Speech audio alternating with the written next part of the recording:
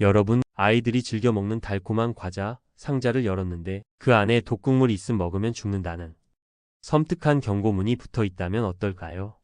1984년 일본 경제 호황의 정점에서 일본 전역을 1년 5개월간 공포에 떨게 한 정체불명의 범죄 집단이 있었습니다.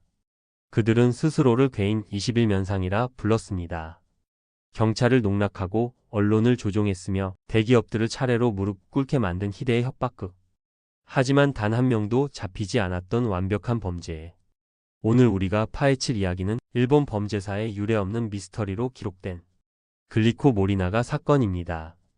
모든 비극의 시작은 1984년 3월 18일 오사카의 한적한 주택가였습니다. 일본의 거대 제과기업 에자키 글리코의 사장 에자키 카츠이사의 집에 두 명의 무장 강도가 침입합니다. 범인들은 사장의 어머니와 아내 그리고 어린 딸을 위협하며 욕실에 가둔 뒤 목욕 중이던 에자키 사장을 그대로 납치해 끌고 나갔습니다. 다음 날 범인들은 10억 엔과 금괴 100kg이라는 천문학적인 금액을 요구하는 협박 편지를 보냈습니다. 일본 열도가 발칵 뒤집혔습니다. 경찰은 대대적인 수사망을 펼쳤지만 범인들의 흔적조차 찾지 못했죠. 그런데 사건 발생 3일 뒤 모두의 예상을 깨고 에자키 사장이 감금되어 있던 창고에서 스스로 탈출하는 데 성공합니다. 범인들은 허술했고 사건은 이렇게 싱겁게 끝나는 것처럼 보였습니다. 하지만 그것은 끔찍한 서막의 일장에 불과했습니다. 괴인 21면상은 이제 무대를 바꾸기로 합니다. 그들의 다음 타깃은 글리코 기업 자체가 아니라 바로 불특정 다수의 대중이었습니다. 4월 10일 괴인 21면상이라는 기괴한 이름으로 산케이 신문과 마이니치 신문에 편지가 도착합니다. 우리는 글리코의 제품에 치명적인 청산가리를 넣었다. 이 편지는 단순한 협박이 아니었습니다. 경찰이 오사카와 고베 등지에 편의점과 슈퍼마켓을 수색한 결과 실제로 글리코 초콜릿과 캐러멜 제품들 사이에서 독극물이 든 상자가 발견되었습니다. 범인들은 매우 교묘했습니다. 그들은 대량 살상을 원한 것이 아니라는 듯 독극물이 든 과자 상자 겉면에 독극물 있음 먹으면 위험 괴인 21면상이라는 경고 스티커를 붙여두었습니다. 이것은 돈이 목적이 아니었습니다. 이것은 일본 사회 전체를 상대로 한 잔인한 게임이자 심리전이었습니다. 결과는 즉각적이었습니다. 일본 전역의 모든 상점에서 글리코 제품이 철수되었습니다. 글리코의 주가는 폭락했고 약 400억 원의 손실을 입었으며 2,000명이 넘는 직원이 일시적으로 해고되었습니다. 괴인 21면상은 여기서 멈추지 않았습니다. 그들은 계속해서 언론사에 조롱하는 편지를 보냈습니다. 경찰은 무능하다. 우리는 이미 너희들 사이에 있다. 경찰은 필사적이었습니다. 범인들은 다음 타깃으로 마루다이 햄을 지목하고 현금 거래를 시도했습니다. 5월 약속 장소인 고속도로 휴게소. 한 수사관이 현금을 받으러 나타난 범인 중 한 명을 목격하고 뒤쫓았지만 안타깝게도 놓치고 맙니다. 경찰이 유일하게 확보한 단서. 바로 이 여우눈을 한 남자라는 몽타주였습니다. 이 몽타주가 전국에 배포되었지만 그는 잡히지 않았습니다. 괴인 21면상의 광기는 멈출 줄 몰랐습니다. 그들의 다음 표적은 글리코의 최대 라이벌 모리나가 제과였습니다.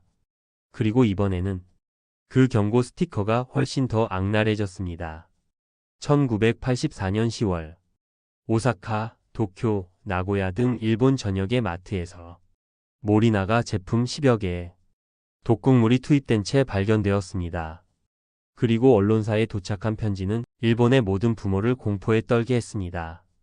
전국의 엄마들에게 아이들이 우는 소리를 듣고 싶지 않다면 모리나가 제품을 사지 마라. 모리나가를 완전히 망하게 하는 것이 우리의 목표다. 이제 공포는 일상이 되었습니다. 아이들은 자신이 가장 좋아하는 과자를 의심해야 했습니다. 심지어 편의점 CCTV에 여우눈을 한 남자 몽타주와 매우 흡사한 남자가 태연하게 독극물 과자를 진열대에 올려놓는 장면이 포착되기도 했습니다. 범인들은 경찰의 수사망을 비웃듯 대담하게 행동했습니다. 이후 하우스 식품 등 다른 식품 기업들까지 협박 대상이 되었습니다. 1년 5개월간 일본의 식품 산업은 사실상 마비 상태였습니다. 그런데 1985년 8월 모두를 충격에 빠뜨린 사건이 발생합니다. 이 사건의 수사를 총지휘하던 시가현 경찰본부장 야마모토가 자신의 자택에서 분신 자살한 것입니다. 그는 범인을 놓친 책임을 통감한다는 유서를 남겼습니다. 그리고 경찰본부장의 비극적인 죽음이 있고 불과 며칠 뒤 괴인 21면상으로부터 마지막 편지가 도착합니다. 경찰본부장이 죽었다니 바보 같은 짓이다. 우리는 이제 사장들 괴롭히는 일에 질렸다. 이쯤에서 그만두겠다. 괴인 21면상 종결. 마치 연극이 끝났다는 듯 그들의 모든 범죄는 그날부로 거짓말처럼 멈췄습니다.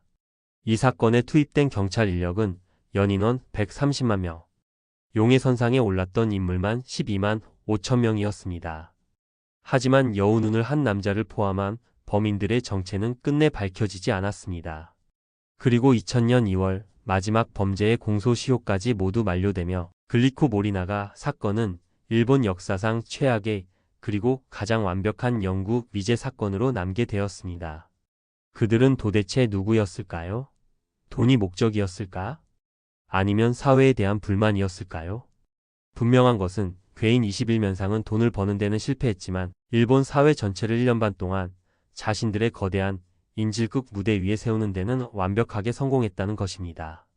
여우눈을 한 남자는 어쩌면 지금도 일본 어딘가에서 평범한 노인의 모습으로 자신의 완벽했던 범죄를 회상하고 있을지도 모릅니다. 오늘 이야기는 여기까지입니다.